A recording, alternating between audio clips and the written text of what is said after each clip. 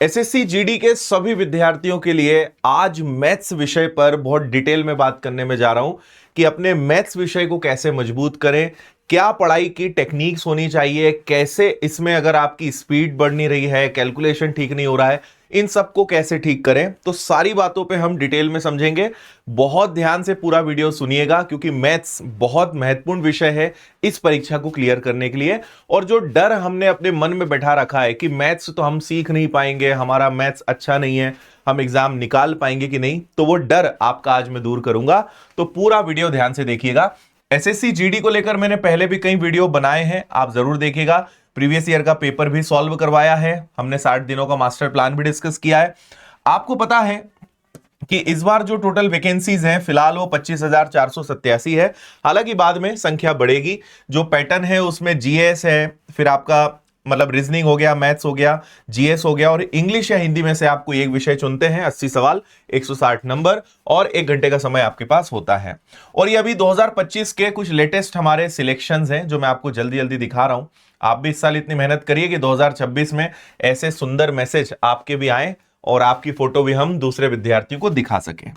तो आइए सबसे पहले समझते हैं कि मैथ्स से डर क्यों लगता है। तो अगर इसका कारण समझें तो पहला तो आप ये समझो कि जो हमारा स्कूल का एक्सपीरियंस है ना, वो हमारे दिमाग में बैठ गया है। हमारा जो फाउंडेशन है, जो एक क्लैरिटी होनी चाहिए थी कॉन्सेप्ट की, वो क्लियर नहीं हो पाई। तो हमारे दिमाग में बैठ चुका है कि मैथ्स सब्जेक्ट शायद हमसे कभी नहीं बन पाएगा, या मैथ्स विषय बहुत बेकार विषय है, या बहुत कठिन है, या फॉर्मूले याद करने पड़ते हैं। वो सब जो गलत चीजें हमारे दिमाग में बैठ गई है वो आज हमारे ऊपर बहुत हावी हो रही है। इसीलिए आपको मैं आज सॉल्यूशंस भी बताऊंगा। फिर हमारी कैलकुलेशन भी बड़ी धीमी है, सॉल्व करते हैं समय बहुत लग जाता है, तो हमें लगता है कि यार बड़ा इसमें तो कैलकुलेटर देना चाहिए एग्जाम में, है ना। सीक्वेंस हम नहीं पढ़ पाते हैं। अगर आपको एक सही तरीका पता हो कि भाई पहले ये पढ़ना है फिर ये पढ़ना है, तो आपका मैथ्स अपने आप सही हो जाएगा, जो कि आज मैं आपको बताऊंगा। चैप्टर की प्लानिंग में गलती हम करते हैं, कैलकुलेशन में छोटी छोटी गलतियां करते हैं, एडवांस मैथ्स जो है उसको देखकर हम डर जाते हैं कि अलजेब्रा, ट्रिग्नोमेट्री, ज्योमेट्री आया, हम डर गए। और इसके बाद प्रैक्टिस और रिवीजन की कमी तो है। तो क्या है इसका सॉल्यूशन, सीधे उस पे आते हैं। अगर आप मैथ्स को देखें तो ये 3 हिस्सों में बटा होता है। एक होता है आपका अरिथमेटिक, एक होता है आपका एडवांस और एक होता है आपका ओवरऑल कैलकुलेशन और उसकी स्पीड। ठीक है। और अगर जीडी में देखें तो अरिथमेटिक का काफी रोल है। एडवांस, अच्छी बात है कि एडवांस उतना हाई लेवल का या उतना टफ नहीं आता है। तो अरिथमेटिक अगर आपका अच्छा है तो भी आप मैथ्स में बहुत अच्छा स्कोर कर सकते हो। हालांकि एडवांस सीखना तो पड़ेगा, क्वेश्चंस तो उसके भी आएंगे। और कैलकुलेशन तो ओवरऑल एक डिसीजन मेकर होता ही है। अगर सबसे पहले हम अरिथमेटिक की बात करें तो देखो, आपको सबसे पहले 2 चैप्टर्स में कहूंगा। एक है आपका रेशो यानी अनुपात और दूसरा है परसेंटेज। आप सबसे पहले इन 2 चैप्टर्स को पढ़िए, क्योंकि रेशो और परसेंटेज अगर आपने सही कर लिया तो आप समझिए कि आगे profit and loss, simple interest, compound interest, time and work, time and distance, आप अरिथमेटिक का कोई भी चैप्टर सॉल्व कर लो, या तो रेशो का कॉन्सेप्ट लगेगा या परसेंटेज का लगेगा। अगर आपका रेशो परसेंटेज वीक है तो आप ये मानकर चलिए कि आपको मैथ्स में दिक्कत हमेशा आएगी। अगर आप बहुत लंबे समय से पढ़ रहे हैं और आपको लगता है कि सर अभी भी मैं अच्छा स्कोर क्यों नहीं कर पा रहा हूं, तो मैं आपको एक ही सलाह दूंगा कि भाई एक बार जरा अपना रेशो परसेंटेज देख लो, उसको सही है या नहीं, या उसमें अभी कॉन्सेप्ट की या प्रैक्टिस की कमी है, उसको सबसे पहले सही करो, क्योंकि उससे सारे चैप्टर्स कनेक्टेड हैं और उसके बाद आपका स्कोर अच्छा खासा बढ़ेगा। फिर आप profit and loss, discount, simple interest, compound interest ये आप पढ़ लो, लेकिन रेशो परसेंटेज के बाद आपके सारे रास्ते खुल जाते हैं। उसको सबसे पहले अच्छा करना है। ठीक है। फिर आपको एक चीज और बताता हूं, कुछ ऐसी भी चीजें हैं जैसे भाई डिजिटल सम आपने सुना होगा, है ना। फिर एक ऑप्शंस एलिमिनेशन मेथड होती है कि ऑप्शंस को एलिमिनेट कर सकते हो आप। एक यूनिट डिजिट कॉन्सेप्ट होता है कि आप क्वेश्चंस को इकाई अंकों से देखकर। एक मल्टीपल्स होते हैं कि आप क्वेश्चंस के मल्टीपल्स देख के आप आंसर ला सकते हो, है ना। अप्रोक्सीमेशन से आप आंसर ला सकते हो, जो यहां पे लिखे हुए हैं। सक्सेसिव चेंज है, परसेंटेज को तोड़कर करना है। ये ऐसे इतने गजब के शॉर्टकट्स हैं जो एक आम स्टूडेंट को तो पता ही नहीं है, और जिसको ये राज पता है वो क्वेश्चन को कई बार, क्योंकि आप समझो कि लगभग 50% क्वेश्चंस ऐसे होते हैं कि जहां पे मेथड तक लगानी नहीं पड़ती। अगर स्मार्ट अप्रोच आपके हाथ में है, आपने पढ़ा है, सीखा है, तो आप बिना सॉल्व करे इनमें से किसी हथियार का यूज करके क्वेश्चन को उड़ा दोगे।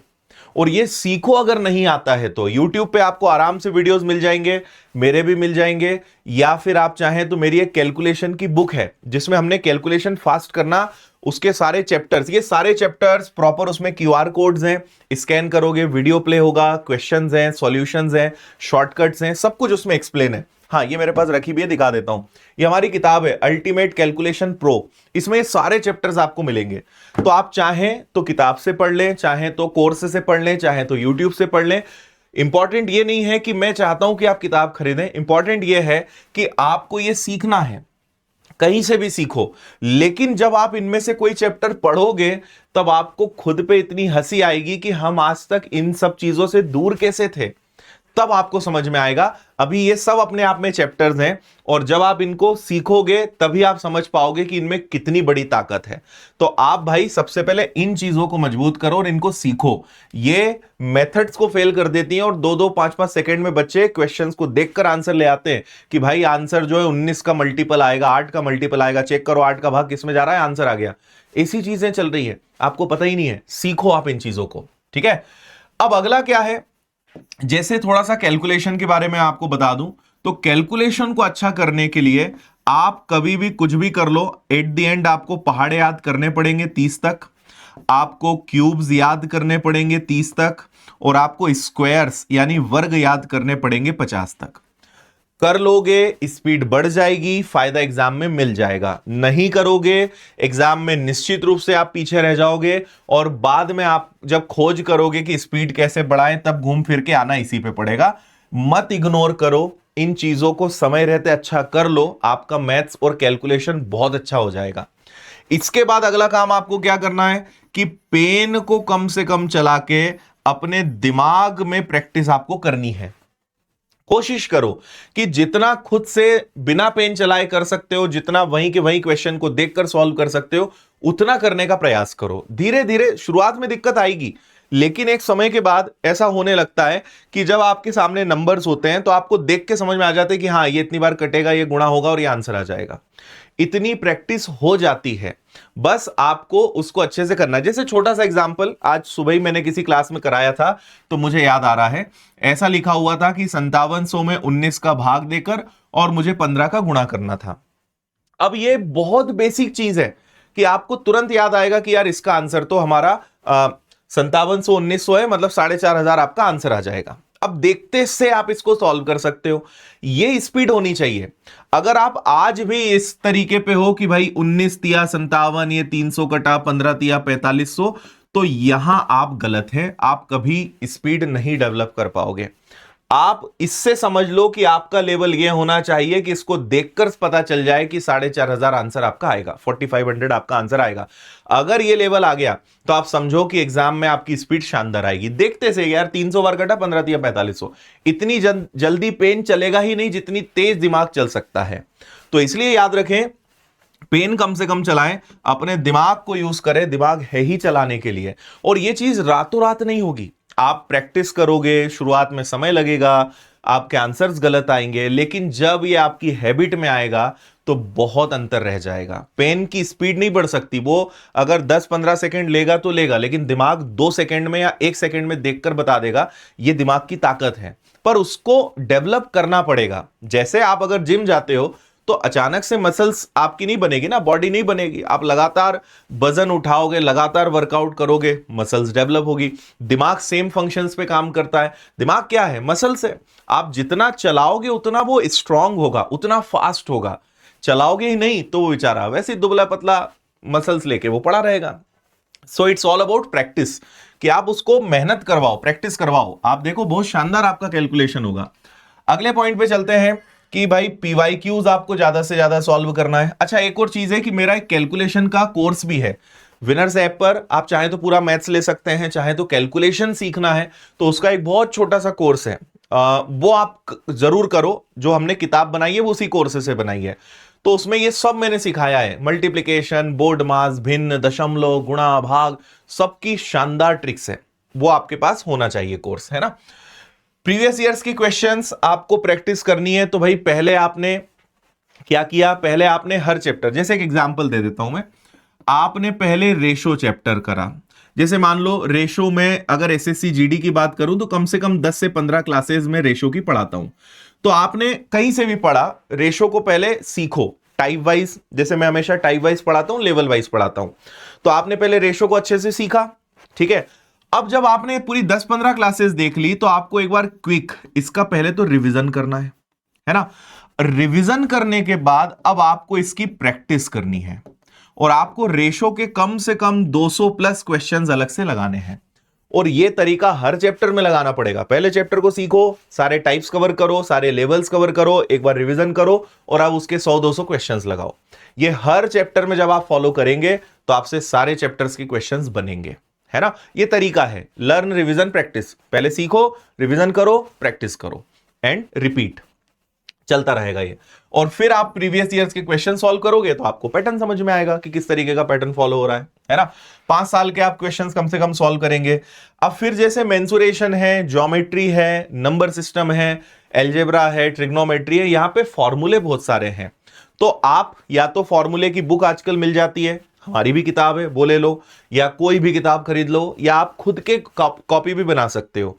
तो सारे फॉर्मूले एक जगह इकट्ठे कर लो और उनको समय समय पे देखते रहो।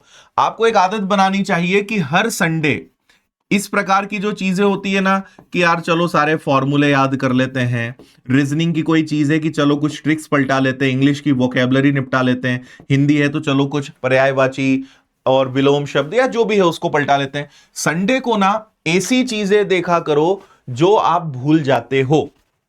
तो फॉर्मूले, कॉन्सेप्ट्स, इनके लिए संडे सबसे बेस्ट है ना। अरिथमेटिक से आप शुरू करेंगे, मैं बता चुका हूं, परसेंटेज रेशो से आपको शुरू करना है। क्लियर है इतनी बात सभी को, है ना। अच्छा, आपको यह कुछ बता देता हूं कि इस एग्जाम के हिसाब से जो मोस्ट इंपॉर्टेंट चैप्टर्स हैं, मैं फिर कहूंगा पढ़ना सब कुछ है, आईएमपी पूरा है। आएगा तो भाई हर शिफ्ट में कौन से चैप्टर्स का क्वेश्चन आ जाए, कौन सा छोड़ दे, वी नेवर नो, हमें नहीं पता। पर आपके मन में अगर ये सवाल है कि सर पहले क्या पढ़ूं बाद में क्या पढ़ूं, तो उसका आंसर ये है ना। ऐसे चैप्टर्स जो आपको बिल्कुल छोड़ने ही नहीं चाहिए, तो number system, LCM, HCF, 2D 3D, मैं एडवांस की बात कर रहा हूं, है ना। ये एडवांस के हो गए। फिर रेशो आ गया, मिक्सचर आ गया, टाइम एंड वर्क आ गया, टाइम स्पीड डिस्टेंस आ गया, ट्रेन आ गया, और परसेंटेज एक आप और जोड़ लो। ये ऐसे चैप्टर्स हैं जिनसे सबसे ज्यादा प्रश्न आते हैं और लगभग हर शिफ्ट में इनके सवाल देखने को मिलते हैं। बट फिर मैं कहूंगा कि डिपेंड करता है किसी शिफ्ट में उन्होंने क्या करा कि भाई एलसीएम एचसीएफ से पिछली शिफ्ट में 3 सवाल आए थे, इस बार उन्होंने एक ही पूछा। नंबर सिस्टम से 1 सवाल आया था, अब उन्होंने 3 पूछ लिए। तो ये चलता रहेगा। पढ़ना तो सब पड़ेगा। अगर सिलेक्शन लेना है तो आईएमपी कुछ नहीं होता, पढ़ना तो भाई आपको सब कुछ है। हां, पहले किन चैप्टर्स को मजबूत करें, किन पे ज्यादा मेहनत कर लें, बस ये इसका खेल है। बाकी पढ़ना तो हर एक चैप्टर आपको पड़ेगा। ठीक है, समझ पा रहे हैं आप, है ना।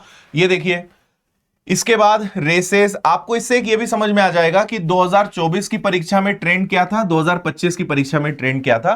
तो हमने ये सारे लिख दिए हैं कि किस वर्ष किस परीक्षा में किस चैप्टर से कितने कितने सवाल आए हैं। तो आप थोड़ा सा अपने हिसाब से प्रायोरिटाइज इसको कर पाओगे। ठीक है भाई, तो ये थी मैथ्स को लेकर कुछ टिप्स। उम्मीद है आपको समझ में आया होगा। अरिथमेटिक में कहां से शुरू करें, कैलकुलेशन को कैसे अच्छा करें, एडवांस को कैसे अच्छा करें, और सबसे महत्वपूर्ण जो चीज आपके मार्क्स बढ़ाएगी वो है रिवीजन और प्रैक्टिस, है ना। बार बार रिवीजन करने से आपके वो कॉन्सेप्ट्स, वो फॉर्मूले, वो चीजें दिमाग में बैठती हैं मजबूती के साथ, फिर वो एग्जाम में याद आती है। और प्रैक्टिस करते हो तो जो नहीं आता है वो हमें पता चलता है, उसका एनालिसिस करते हो, उस पे काम करते हो। तो इसलिए सक्सेस का मैंने एक बहुत सिंपल रूल बनाया है। सबसे पहले लर्न, अच्छे से सीखो, रिवीजन हमेशा करते रहो, प्रैक्टिस खूब करते रहो। LRP का आपको फॉलो करना है। कोई भी परीक्षा है आप उसको फोड़ दोगे। ठीक है, तो इसलिए आज से बढ़िया तरीके से मैथ्स का आप अच्छा शुरुआत करें। कोई डरने की आवश्यकता नहीं है, शानदार तरीके से आप उसमें अच्छा कर सकते हो। ठीक है, बाकी अगर और भी आपके कोई प्रश्न है कमेंट करिएगा, आगे उस पर मैं वीडियो के माध्यम से आपको फिर जानकारी दे दूंगा। और अगर अच्छे से पढ़ना है तो विनर्स ऐप पर जीडी का योद्धा बैच है, आप इसको ज्वाइन कर सकते हो। और टेस्ट सीरीज भी है, फाउंडेशन बैचेस भी हैं। ऑफलाइन पढ़ना है तो आप इंदौर आ सकते हो। और किताबें भी आपको सारे विषय की मिल जाएगी। मैथ्स की किताब चाहिए, कैलकुलेशन की किताब चाहिए, फॉर्मूला बुक चाहिए, सब आपको मिल जाएगा। तो ये सब आपको विनर्स ऐप पर मिल जाएगा, या आप किताबें कहीं से भी ऑर्डर कर सकते हैं। ऑफलाइन पढ़ना है तो आप इंदौर आ सकते हैं।